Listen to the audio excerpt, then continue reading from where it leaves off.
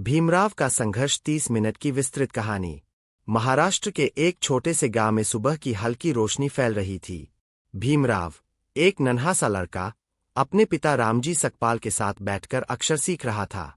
घर में गरीबी थी, साधन कम थे और समाज की कड़वी सच्चाइयों उम्र से पहले ही उसके सामने रख दी गई थी। स्कूल जाते समय वह दूर से ही देख लेता था कि दूसरे बच्चे कैसे हंसते, उछलते कूदते कक्षा में जाते हैं, जबकि उसके लिए वही कक्षा किसी युद्ध भूमि से कम नहीं थी।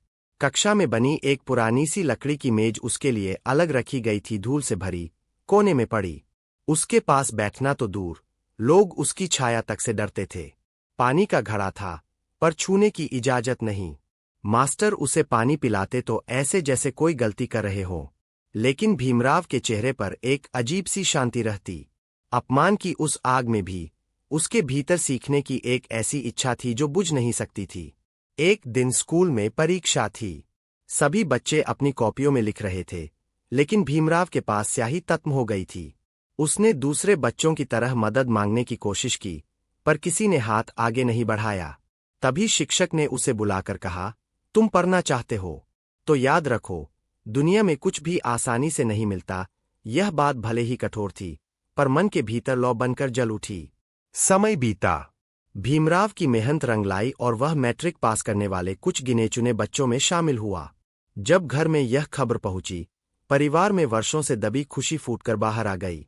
पिता की आंखें नम थीं और भीमराव के मन में एक नई उम्मीद जन्म ले चुकी थी कि शायद शिक्षा ही वह रास्ता है जिससे वह समाज की जंजीरों को तोड़ सकता है। बंबई पहुंचे तो एक नया संसार सामने था। बड़े बड़े भवन, व्यस्त सड़कें, जगह जगह अलग अलग जातियों के लोग, पर विभाजन यहां भी था। किराए पर कमरा ढूंढना किसी युद्ध से कम नहीं था। तुम्हारा नाम क्या है? यह सवाल सुनते ही दरवाजे बंद हो जाते थे। कई रातें उन्होंने स्टेशन के प्लेटफॉर्म पर बैठकर बिताईं, लेकिन यह कठिनाइयां भी उनके सपने को छोटा नहीं कर सकीं। एक दिन उनके हाथ में एक पत्र आया, बड़ौदा नरेश सयाजी राव गायकवाड़ की ओर से। उसमें लिखा था कि सरकार उन्हें विदेश में पढ़ाई के लिए छात्रवृत्ति देगी। भीमराव के हाथ कांप गए। यह ऐसा क्षण था जिसने उनके जीवन की दिशा बदल दी। पिता ने उनका माथा चूमा और कहा, बेटा, याद रखना, है सिर्फ तुम्हारी नहीं, लाखों लोगों की उम्मीद है।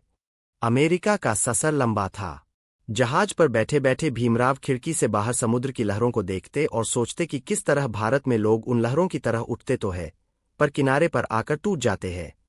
उन्होंने निश्चय किया कि लौटकर वह इन टूटती लहरों को एक दिशा देंगे। कोलंबिया विश्वविद्यालय में पहुंचे तो दुनिया ही बदल गई।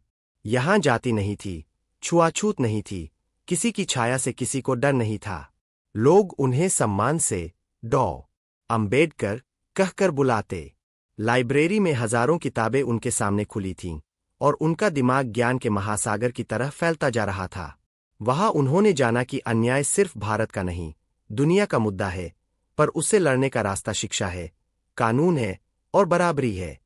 भारत लौटते ही समाज की कठोरता फिर सामने खड़ी थी, लेकिन इस बार वह अकेले नहीं थे। उनके पास ज्ञान था, कलम थी और वह आग थी जिसने उन्हें बचपन से जलाया था। उन्होंने अपने जैसे दलित भाइयों के लिए सभा की स्थापना की, अखबार निकाला, भाषण दिए और हर गांव तक संदेश पहुंचाया, मनुष्य मनुष्य है, जाति उसे छोटा बड़ा नहीं बना सकती। उस समय देश आजादी की लड़ाई में था। सभी नेता एकजुट थे, पर अंबेडकर की लड़ाई थोड़ी अलग थी। वह अपने लोगों को मानसिक, सामाजिक और कानूनी आजादी दिलाने की लड़ाई लड़ रहे थे। गोलमेज सम्मेलन में जब वह अंग्रेजों और भारत के बड़े नेताओं के सामने बैठे, तो उनकी आवाज में वह आत्मविश्वास था जो किसी राजा में भी मुश्किल से दिखे। उन्होंने कहा, अगर हमें समान अधिकार नहीं मिले तो यह देश आजाद होकर भी गुलाम ही रहेगा। आजादी मिली, संविधान बनने की बारी आई।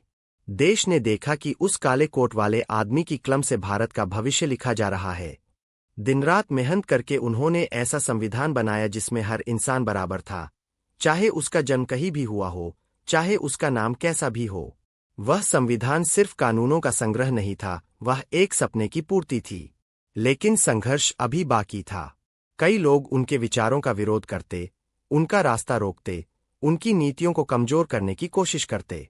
पर अंबेडकर कमजोर पड़ने वालों में से नहीं थे। एक दिन उन्होंने कहा, मैं किसी की दया पर नहीं, अपने अधिकारों पर जीना चाहता हूं। आखिर वह दिन आया जब उन्होंने समाज की बेड़ियों से पूरी तरह मुक्त होने का निर्णय लिया।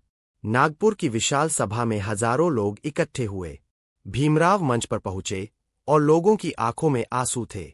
उन्होंने कहा, आज से हम अपने जीवन का नया अध्याय शुरू करते हैं, जहां भेदभाव नहीं होगा, अपमान नहीं होगा, बराबरी होगी। वह क्षण इतिहास के पन्नों पर स्वर्ण अक्षरों में दर्ज हो गया।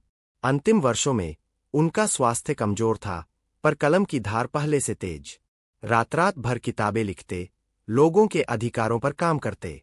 उन्होंने कहा था, समाज तभी आगे बढ़ सकता है जब सबसे नीचे खड़े व्यक्ति को आगे बढ़ने का मौका मिले।